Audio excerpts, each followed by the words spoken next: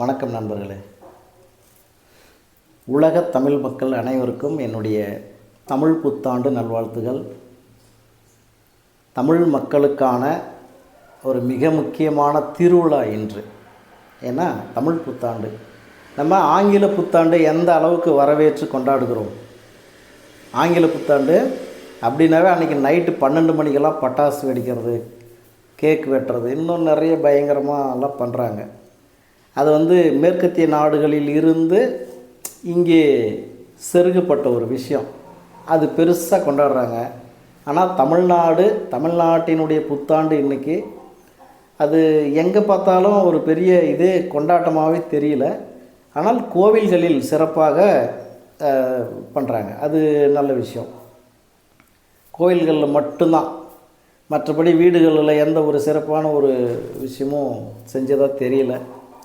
ஏன்னா நான் சின்ன வயசாக இருக்கும்போது எங்கள் அப்பா அம்மா அவங்க என்ன பண்ணுவாங்கன்னா பொங்கல் வைப்பாங்க. அதாவது பொங்கல்னால் பொங்கல் திருநாள் அன்றைக்கி வைக்கிற பொங்கல் இல்லை, சித்திரை திருநாள் அன்றைக்கி வெல்லம் போட்டு சோறு செய்வாங்க. வெல்லம் சோறு அப்படின்னு சொல்லுவோம்ல, அந்த வெல்லம் சோறு, வெல்லம் போட்டு இனிப்பு வெல்லம் சோறு செஞ்சு காலையில் கடவுளுக்கு படைச்சிட்டு அதுக்கப்புறம் எங்களுக்கு வெல்லம் சோறு கொடுப்பாங்க. முக்கியமாக புது துணி, ட்ரெஸ்ஸு புது துணி, சித்திரை 1ஆம் தேதி புது ட்ரெஸ்ஸு வாங்கி கொடுத்து போட வைப்பாங்க. ஏன்னா இப்போ தான் வருஷம் பிறக்கிற அன்றைக்கி புது துணி போடணும், புது சாப்பாடு சாப்பிட்ணும்.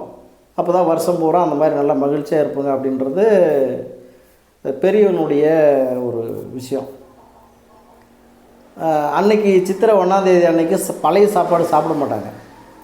பழைய சாப்பாடு அன்றைக்கி நைட்டு மீற்றி வைக்க மாட்டாங்க. ஏன்னா அடுத்த நாள் காலையில் இப்போ தைப்பிற ஏதாவது சித்திரை மாதம் பிறக்குதுன்னும் போது தமிழனுடைய புத்தாண்டு, அது புத்தாண்டு அன்றைக்கி நம்ம பழைய சாப்பாடு சாப்பிடக்கூடாது அப்படின்னு சொல்லுவாங்க. ஆரம்பத்தில் நான் கொஞ்சம் சின்ன பையனாக இருக்கும் போதெல்லாம். இப்போ எல்லாம் அப்படியெல்லாம் இல்லை, எல்லாமே மாறி போச்சு. புத்தாண்டு அப்படின்னாவே ஜனவரி 1ஆம் தேதி தான் புத்தாண்டு. இதை தான் பெருசாக கொண்டாடுறாங்க எல்லோரும். அதே மாதிரி தை மாதம் என்பது அறுவடை திருநாள், அது புத்தாண்டு இல்லை, சித்திரை மாதம் தான் நமக்கு தமிழர்களுக்கு புத்தாண்டு. உலகத்தில் வாழக்கூடிய அனைத்து தமிழ் மக்களுக்கும், தமிழ் மொழியை தாய்மொழியாக கொண்ட அனைத்து நல்ல உள்ளங்களுக்கும் என்னுடைய மனமார்ந்த தமிழ் புத்தாண்டு நல்வாழ்த்துக்கள் மீண்டும் நான் கூறிக்கொள்கிறேன். நண்பர்களே, இந்த காலகட்டத்தில் இது ஒரு ஜாதியோ மதமோ ஒரு இனத்தையோ குறிக்கக்கூடிய ஒரு விஷயம் இல்லை. தமிழ் மக்கள் உலகமெங்கும் பரவி இருக்கிறார்கள். அவர்களுக்கான ஒரு வீடியோ பதிவு தான் இது. எந்த இப்போ இதுனா இந்துக்களினுடைய பண்டிகை இது, அதனால் ஒரு வீடியோ போட்டார் அப்படிலாம் யாரும் நினைக்காதீங்க. அப்படிலாம் ஒன்றும் இல்லை. எல்லா திருவிழாவுக்கும் எனக்கு நேரம் கிடைத்தால் கண்டிப்பாக நான் வீடியோ பதிவு பண்ணுவேன். அதில் எந்த மாற்று கருத்தும் இல்லை. நம்ம எந்த ஜாதியையோ மதத்தையோ தூக்கி பிடிக்கக்கூடிய ஆளெல்லாம் இல்லை. அனைவரும் சமம், அவ்வளோதான். இதில் போய் எல்லாம் இருக்குது. அதனால் நண்பர்களே, இன்னொரு விஷயம், ரொம்ப முக்கியமான விஷயம். இன்றைக்கி அண்ணல் அம்பேத்கரனுடைய பிறந்தநாள். அவருக்கும் நம்ம வாழ்த்து தெரிவிச்சுக்கலாம், அவரை வணங்கி வாழ்த்தலாம். அண்ணல் அம்பேத்கரனுடைய பிறந்தநாள். அப்புறம் இன்னொரு முக்கியமான விஷயம் என்னென்னா, இந்த தமிழ் புத்தாண்டுக்கு தமிழ்நாட்டில் உள்ள தலைவர்கள் இருக்கிறாங்கள்ல, அரசியல் தலைவர்கள், நான் சொல்கிறது அதிகாரிகளை சொல்லலை. அதிகாரிகளை விட்டுருங்க, அவங்க வாழ்த்து சொல்கிறதில்ல, அது தேவையில்லை நமக்கு. அரசியல் தலைவர்கள் தான் ரொம்ப முக்கியம். இந்த அரசியல் தலைவர்களில் தமிழ்நாட்டில் இருக்கக்கூடிய மிக முக்கியமான அரசியல் தலைவர்கள் ஒரு 15-20 பேர், ஒரு 10 பேர் வச்சுக்கலாம். ஒவ்வொரு கட்சியினுடைய தலைவர்களை கூட நம்ம வச்சுக்கலாம். ஒரு கட்சியில் நிறைய பெரிய பெரிய அமைச்சர்கள் எல்லாமே இருக்கிறாங்க, நம்ம அவங்கள கூட விட்டுருங்க. ஒரு கட்சியினுடைய தலைவர் அப்படின்னு எடுத்துக்கணும்னா கூட கிட்டத்தட்ட ஒரு 40 கட்சிகள் தமிழ்நாட்டில் இருக்கிற மாதிரி தெரியுது. 40 கட்சிகள். இந்த 40 கட்சிகளினுடைய தலைவர்களில் எத்தனை தலைவர்கள் இந்த தமிழ் புத்தாண்டுக்கு வாழ்த்து சொல்லியிருக்கிறாங்க அப்படின்றத நீங்கள் நியூஸ் சேனலில் பாருங்கள். ஏன்னா தமிழ்நாட்டை ஆள வேண்டும் அப்படின்னு நினைக்கிறாங்க. அல்லது தமிழ்நாட்டை ஆண்டு கொண்டிருக்கிறார்கள், அல்லது தமிழ்நாட்டை முன்பு ஆண்டு விட்டார்கள். அதாவது பாஸ்ட்டு, ப்ரெசண்ட்டு, ஃப்யூச்சர். அதாவது இறந்த காலம், இதுக்கு முன்னாடியே ஆண்டாங்க, அவங்க இருக்கிறாங்க. இப்போ ஆண்டுக்கிட்டு இருக்கிறாங்க, அவங்களும் இருக்கிறாங்க. இனிமேல் ஆளணும் அப்படின்னு நினைக்கிறவங்க, துடிக்கிறவங்க இருக்கிறாங்க. இவர்களில் எவ்வளவு அரசியல் தலைவர்கள் தமிழ் புத்தாண்டுக்கு வாழ்த்து சொல்லியிருக்கிறாங்க அப்படின்றத நீங்கள் நியூஸ் சேனலில் இன்றைக்கி முழுசாக கூட நீங்கள் தேடி பாருங்கள். ஏன்னா இது ரொம்ப ரொம்ப முக்கியமான ஒரு விஷயம். ஏப்ரல் 23 நமக்கு தேர்தல் திருவிழா. திருவிழா தான் அது, தேர்தல் வருது. இந்த தேர்தல் மிக மிக முக்கியமான தேர்தல். உங்களுடைய மனசாட்சிப்படி உங்களுடைய வாக்குகளை செலுத்துங்கள். நான் இவங்களுக்கு ஓட்டு போடுங்க, அவங்களுக்கு ஓட்டு போடுங்கலாம் சொல்ல மாட்டேன். உங்களுடைய மனசாட்சிப்படி யார் இந்த நாட்டில் அதிகாரத்திற்கு வந்தால் இந்த நாட்டில் சட்டம் ஒழுங்கு சீராக இருக்கும், மனிதர்களுக்கு, பெண்களுக்கும் ஆண்களுக்கு கூட, ஆண்கள், பெண்கள், குழந்தைகள், பெரியவர்கள், முதியவர்கள், அவர்களுக்கு பாதுகாப்பு கிடைக்கும். யார் வந்து ஆட்சியில் உட்காந்தா பாதுகாப்பு கிடைக்கும்ன்றதை யோசித்து பாருங்கள். அதே மாதிரி போதை கலாச்சாரம் யார் ஆட்சியில் உட்காந்தா அது கம்மியாகும் அல்லது முற்றிலும் அகற்றப்படும். முற்றிலும் அகற்றப்படும்ன்றதெல்லாம் யாராலையுமே சொல்ல முடியாது. அது எங்கேயாவது கொஞ்சம் கொஞ்சம் இருக்க தான் செய்யும். ஆனால் அந்த போதை கலாச்சாரத்தால் எவ்வளவோ பேர் கொலை செய்யப்படுகிறார்கள், மானபங்கப்படுத்தப்படுகிறார்கள், எவ்வளவோ கேவலமான விஷயங்கள் நடக்குது. அதெல்லாம் கட்டுப்படுத்தப்படும். யார் வந்து அந்த அதிகாரத்தில் உட்கார்ந்தால் இந்த விஷயங்களெல்லாம் நடக்கும் அப்படின்றத நீங்கள் நல்லா யோசித்து பார்த்துட்டு உங்களுடைய பொன்னான அந்த வாக்கு உரிமையை நீங்கள் சரியான நபருக்கு பயன்படுத்துங்கள். அதுபோக இன்னொரு விஷயம் என்னென்னா, தேர்தல் கமிஷன், எலெக்ஷன் கமிஷனில் நிறைய அதிகாரிகள் இந்த தேர்தலுக்கு காசு கொடுக்குறவங்களெல்லாம் பிடிக்கணும், இப்போ காசு கொடுக்கக்கூடாதுலாம் எவ்வளவோ வேலை செஞ்சுக்கிட்டு இருக்கிறாங்க. இப்போ நம்ம பார்த்துட்டு தானே இருக்கிறோம். ஆனாலும் அதையும் மீறி யாராவது உங்களுக்கு காசு பணம் கொண்டு வந்து கொடுக்குறாங்கன்னா தயவு செய்து வாங்காதீர்கள், அப்படி தான் நான் சொல்லுவேன். ஆனால் நிறைய பேர் வாங்கிக்கிறாங்க. சரி, அது உங்களுடைய விருப்பத்துக்கே நான் விட்டுறேன். நீங்கள் வாங்குங்க நான் சொல்லலை, வாங்காதீங்கன்னு சொல்லலை. வாங்காதீங்கன்னு சொல்லலாம், வாங்குங்கன்னு சொல்லக்கூடாது, அது தப்பாயிரும்ல. அதனால் அப்படியே நீங்கள் வாங்குறீங்க அப்படின்னா கூட அது உங்களுடைய காசு தான். அவங்க அப்பம் வீட்டு காசோ இல்லை அவங்க உழைச்சி சம்பாரித்து கொண்டு வந்து கொடுக்குற காசோ இல்லை. அதனால் நீங்கள் வாங்கிட்டீங்க அப்படின்னா கூட ஐயோ அவர் கொடுத்துட்டாரே, கை நீட்டி நான் வாங்கிட்டேனே, அவருக்கு தானே ஓட்டு போடணும் அப்படின்னு நீங்கள் நினச்சிட்டிங்க, நாடு குடித்தவராகி போயிடும். ஒருத்தங்க காசு கொண்டு வந்து கொடுக்குறாங்கன்னா அது லஞ்சம் அப்படின்றத நீங்கள் யோசித்து பார்க்கணும். லஞ்சமாக உங்களுக்கு ஒரு காசை கொடுக்குறாங்கன்னா இதை விட பல மடங்கு மீண்டும் அவர்கள் சம்பாதிக்கணும்னு நினச்சி தான் கொண்டு வந்து கொடுக்குறாங்க. அதனால் நீங்கள் காசு வாங்கிட்டீங்கன்னா கூட நல்ல மனிதர் யார், எந்த மனிதர் ஆட்சி அதிகாரத்திற்கு போய் உட்கார்ந்தா இந்த நாடு செழிப்பாக இருக்கும், சட்டம் ஒழுங்கு சீராக இருக்கும். சட்டம் ஒழுங்கு ரொம்ப ரொம்ப முக்கியங்க. சட்டம் ஒழுங்கு தாங்க ரொம்ப முக்கியம் ஒரு நாட்டுக்கு. சட்டம் சீராக இருந்தால் அந்த நாடு உருப்படும். எவனுமே சும்மா இருக்க மாட்டான், அவன் அவனுடைய வேலைக்கு போவான், அந்த குடும்பம் நல்லா இருக்கும். சட்டம் ஒழுங்கு சீர்கெட்டு நிலைகுலைந்து போயிடுச்சு அப்படின்னா அந்த நாட்டு மக்களும் நிலைகுலைந்து போயிடுவாங்க. பண்பாடு இருக்காது, கலாச்சாரம் இருக்காது, எல்லாம் கெட்டு போயிடும் இல்லையா?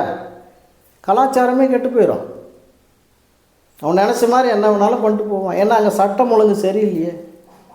அதுபோல் சட்டம் ஒழுங்கு சீராகணும். அப்படி யார் வந்து ஆட்சியில் உட்காந்தா சட்டம் ஒழுங்கு சீராகும் அப்படின்றத நீங்கள் நினச்சி பாருங்கள். அதுபோக நான் இதுக்கு முன்னாடி சொன்ன மாதிரி எத்தனை அரசியல் தலைவர்கள் இந்த தமிழ் புத்தாண்டுக்கு வாழ்த்து சொல்லியிருக்கிறாங்கன்னு பாருங்கள். வாழ்த்து சொன்னவங்களுக்கு ஓட்டு போடுங்க, வாழ்த்து சொல்லாதவங்களுக்கு ஓட்டு போடாதீங்க.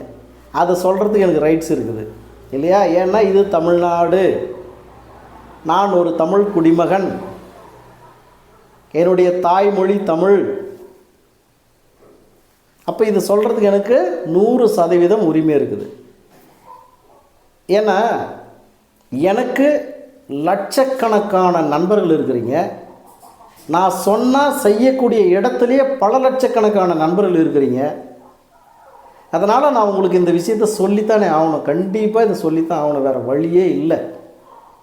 அதனால தான் இந்த வீடியோ பதிவு. நண்பர்களே, இந்த தமிழ்நாட்டில் வாழ்ந்து கொண்டு, இந்த தமிழ்நாட்டு மக்களை ஆண்டு கொண்டு, இந்த தமிழ்நாட்டு மக்களின் பணத்தை பல ஆயிரம் கோடியை சம்பாதிச்சாங்களோ இல்லை என்ன பண்ணியோ சம்பாதிச்சாங்களோ தெரியாது, அதெல்லாம் நம்ம சொல்ல விரும்பலை. இப்படியெல்லாம் இருந்துக்கிட்டு ஒரு ஒரு ஒரு தமிழ்நாட்டினுடைய தமிழ் மொழியினுடைய புத்தாண்டு வருது. இன்றைக்கி சித்திரை 1 தமிழ் புத்தாண்டு. தமிழ்நாட்டையே ஆளணும்னு நினைக்கிறீங்க. இதுக்கு முன்னாடி ஆண்டீங்க அல்லது இப்போவும் ஆண்டுகிட்டு இருக்கிறீங்க. இதில் எத்தனை பேர் தமிழ் புத்தாண்டுக்கு வாழ்த்து சொன்னாங்கன்றதை மட்டும் தயவு செய்து நீங்கள் பாருங்கள். நியூஸில் பாருங்கள், எக்ஸ்தலத்தில் பாருங்கள், எங்கே யார் பண்ணியிருக்கிறாங்கன்னு பாருங்கள். இந்த பதிவு யார் போடலையோ, யார் புத்தாண்டுக்கு வாழ்த்து சொல்லலையோ, தயவு செய்து அவங்க உங்களுடைய உயிருக்கு உயிரான தலைவராக கூட இருக்கட்டும், தயவு செய்து அவங்களுக்கு வாக்களிக்காதீங்க, ஓட்டு போடாதீங்க. ஏன்னா தமிழ் புத்தாண்டுக்கே ஒருத்தன் வாழ்த்து சொல்லலைன்னா அவன் என்ன தமிழ்நாட்டுக்கு என்ன நன்மை செஞ்சிட போகிறான், தமிழ் மக்களுக்கு என்ன நன்மை செஞ்சிட போகிறான்? புரியுதா உங்களுக்கு? அதனால் நண்பர்களே, இந்த மாதிரியான நுணுக்கமான விஷயங்கள்லாம் நீங்கள் யோசிச்சு பார்க்கணும். ஆஹா, என் தலைவன்டா, என் தலைவன்டா, என் தலைவன்டா, ஒரு மண்ணும் இல்லை. நம்ம தான் அப்படி சொல்லிட்டு உட்காந்துக்கணும். அவங்களாம் எங்கேயோ இருக்கிறாங்க இல்லையா? அதனால் நண்பர்களே, ஒரு மரம் தோப்பாகாது அப்படின்னு பெரியவங்க சொல்லியிருக்கிறாங்க. ஒரு மரம் தோப்பாகாது. ஒரு கை தட்டினால் ஓசை வராது. ஒரு கை எப்படி தட்டவே முடியாதுல்ல, ஓசையே வராது. நீ என்ன ஆட்டினாலே கை இப்படி ஆட்டின்னு தான் உட்காந்துக்கணும். அப்போ இரு கரங்களையும் சேர்த்து தட்டினால் ஓசை வரும் இல்லைங்களா? அப்போ நம்ம ஒருத்தர் மட்டும் சில விஷயங்களை யோசிச்சுக்கணும். நம்ம ஒருத்தர் மட்டும் போய் செஞ்சால் அது ஆகாது. ஒவ்வொருத்தரும் யோசித்து பாருங்கள், தமிழ்நாட்டிற்கு யார் நன்மை செய்வார்? தமிழ் மொழியை முதல்ல யாருங்க தமிழ் மொழியை, நம்முடைய தமிழ் கலாச்சாரத்தை, நம்முடைய தமிழ் பண்பாட்டை யார் ஒருத்தர் பெருமையாக பேசுகிறாரோ, போற்றி பேணுகிறாரோ, அவர் தான் தமிழ்நாட்டு மக்களையும் தமிழ்நாட்டையும் காப்பாற்ற முடியும் இல்லையா? நல்லது செய்ய முடியும். காப்பாற்றுறாங்களோ இல்லையா? தமிழ்நாட்டுக்கு நன்மை செய்யணும், தமிழ் மக்களுக்கு நன்மை செய்யணும்னா, இப்போ தமிழ் புத்தாண்டுக்கே வாழ்த்து சொல்லலைன்னா அப்புறம் அவங்களாம் என்ன தமிழ் மக்களுக்கு நன்மை செஞ்சிட போகிறாங்க? நான் யாரையுமே குறிப்பிட்டு சொல்லலை. நீங்களே நியூஸ் சேனலில் போயிட்டு பாருங்கள், யார் வாழ்த்து சொல்லியிருக்கிறாங்க, யார் வாழ்த்து சொல்லலை அப்படின்றத நீங்கள் பாருங்கள். அதுலேயே உங்களுக்கு ஓரளவுக்கு புரியும். நண்பர்களே, ரொம்ப முக்கியமான இன்னொரு நான் விஷயமும் சொல்லிடுறேன். இந்த தமிழ்நாடு என்பது ஆன்மீக பூமி, மிக பழமை வாய்ந்த ஒரு பூமி. தமிழ்நாடு என்பது மிக பழமை வாய்ந்த ஆன்மீக பூமி. கடவுள் குடிகொண்டிருக்கக்கூடிய ஒரு பூமி தமிழ்நாடு. இந்த தமிழ்நாட்டில் கடவுள் இல்லை, சாமியை கும்பிட்றதில்ல, எனக்கு மேலே ஒரு சக்தி இருக்குதுன்றதெல்லாம் பொய் அப்படின்னு ஒரு சில கூட்டம், ஒரு சில பேர் இருக்கிறாங்க. அந்த மாதிரியான மனிதர்கள் நம்மை ஆட்சி செய்யக்கூடிய அளவுக்கு வந்துட்டாங்கன்னா இந்த தமிழ்நாடு எவ்வளவு மோசமான நிலைக்கு போகும் அப்படின்றத நீங்கள் யோசிச்சு பார்க்கணும். கடவுள் இருக்கிறார் அப்படின்னு ஒருத்தன் சொல்கிறானாவே அவன் மனசாட்சிக்கு கட்டுப்பட்டவனாக இருப்பான், மனசாட்சிக்கு பயப்படுவான், ஒரு தவறு செய்யறதுக்கு பயப்படுவான். உண்மையா இல்லையா? உண்மையா இல்லையா நண்பர்களே? கடவுள் இருக்கிறாருன்னு ஒருத்தன் நினச்சிட்டான்னாவே அவன் மனசாட்சி கட்டுப்பட்டவன் அப்படின்னு அர்த்தம். மனசாட்சிக்கு பயப்படுவான், ஒரு தவறு செய்கிறதுக்கு பயப்படுவான். எதுவுமே இல்லை அப்படின்னு நினைக்கக்கூடிய ஒருத்தன், நான் தாண்டா பெரிய ஆள், எனக்கு மேலே எந்த சக்தியுமே இல்லைன்னு ஒருத்தன் நினைக்கிறான்னா அவன் மனசாட்சிக்கு அப்பாற்பட்டவன், மனசாட்சிக்கு கட்டுப்பட மாட்டான். மனசாட்சினா என்ன, மயிறு கூட அப்படி தான் நினைப்பான். உண்மையா இல்லையா? அவன் எந்த தவறையும் செய்ய துணிவான். ஒரு உயிரை சாதாரணமாக கொண்டு போயிட்டே இருப்பான், இடைப்பட அப்படின்ட்டு. உண்மையா இல்லையா? நண்பர்களே, தயவு செய்து புரிஞ்சுக்கங்க. என்னால் முடிந்தவரை நான் மறைமுகமாகத்தான் உங்களுக்கு சொல்ல முடியும் இல்லையா? நீங்கள் புரிந்து கொள்ள வேண்டும். இந்த தமிழ்நாடு ஆன்மீக பூமி. ஆன்மீகம் ஒரு கண், அதாவது தெய்வீகம் ஒரு கண், அதே மாதிரி தேசியம் ஒரு கண் என்று ஐயா முத்துராமலிங்க தேவர் சொன்னார். தேசியமும் தெய்வீகமும் எனது இரு கண்கள் அப்படி இப்போ கோர்வையாக வந்துச்சு பார்த்தீங்களா.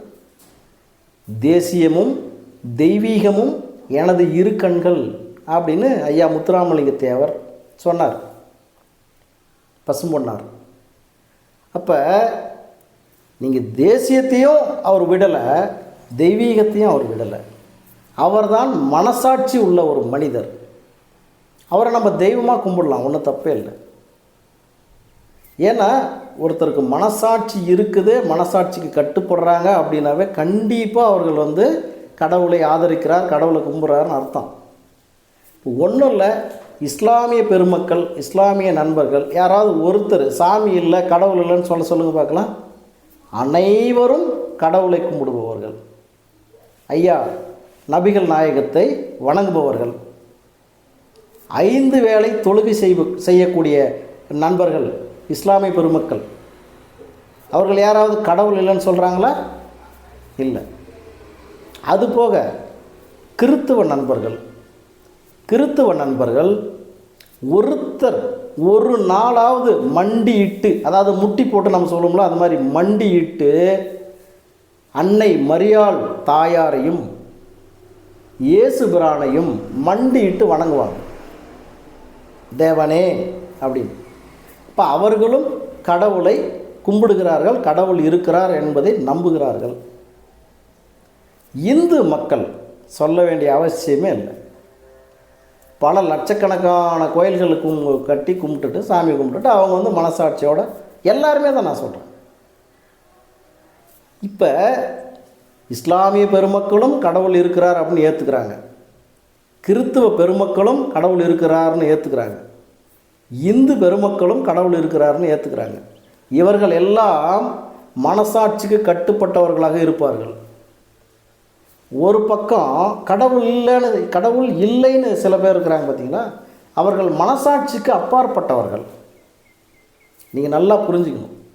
ஏன்னா இது எதுக்கு சொல்கிறேன்னா, இந்த தமிழ்நாடு என்பது தெய்வீக பூமி. இதில் யாருமே சாமி இல்லை கடவுள் இல்லைன்னு சொல்கிறதுக்கு அங்கே ஒன்றுமே இல்லை. நட்டக்கல்லும் பேசுமா அப்படின்றதோட விட்டுருவாங்க. ஒரு சிலர் கடுவெளி சித்தர் நினைக்கிறேன். கடுவெளி சித்தர் அவர் இது ஒரு ஒரு பாட்டு ஒன்று இருக்குது, ஒரு பாடல். அதில் நட்டக்கல்லும் பேசுமோ நாதன் உள் இருக்கையிலேன்றதை விட்டுருவாங்க.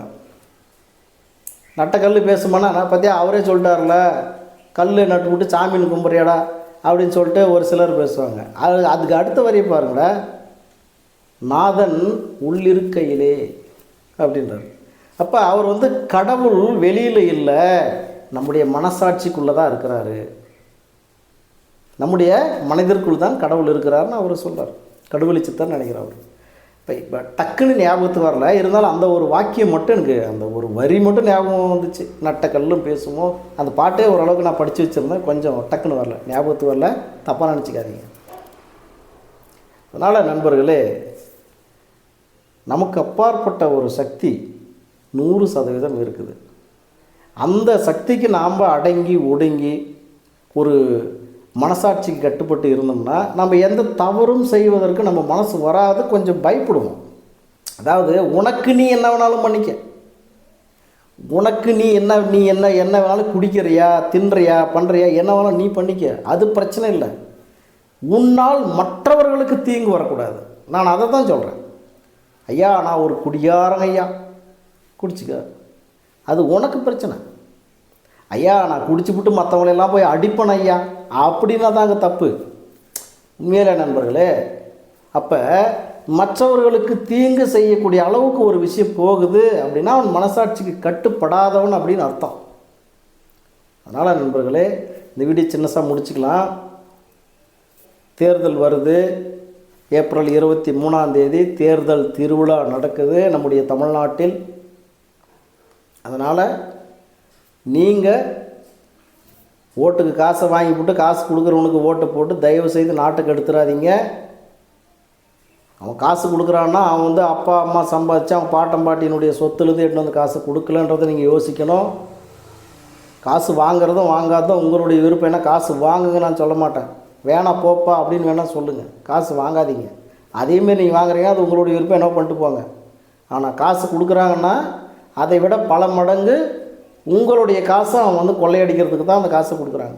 அது எந்த கட்சியாக வேணா இருக்கட்டும், இந்த கட்சி அந்த கட்சியை நான் சொல்ல மாட்டேன். காசு மறைமுகமாக கொண்டு வந்து கொடுக்குறாங்கன்னா அது தவறு, அதை நீங்கள் வாங்காதீங்க. உங்களுடைய மனசாட்சிக்கு கட்டுப்பட்டு எந்த மனிதரை, எந்த அரசியல் தலைவரை தமிழ்நாட்டினுடைய உச்சத்தில் கொண்டு வந்து உட்கார வச்சா இந்த நாடு செழிக்கும், விவசாயம் எப்படி செழிக்கும், நீர் மேலாண்மையை எப்படி அவங்களாம் செய்வாங்க. ரொம்ப முக்கியம் நீர் மேலாண்மை. அடுத்து ரொம்ப ரொம்ப முக்கியம் சட்டம் ஒழுங்கு. போதை கலாச்சாரம் அழியணும்.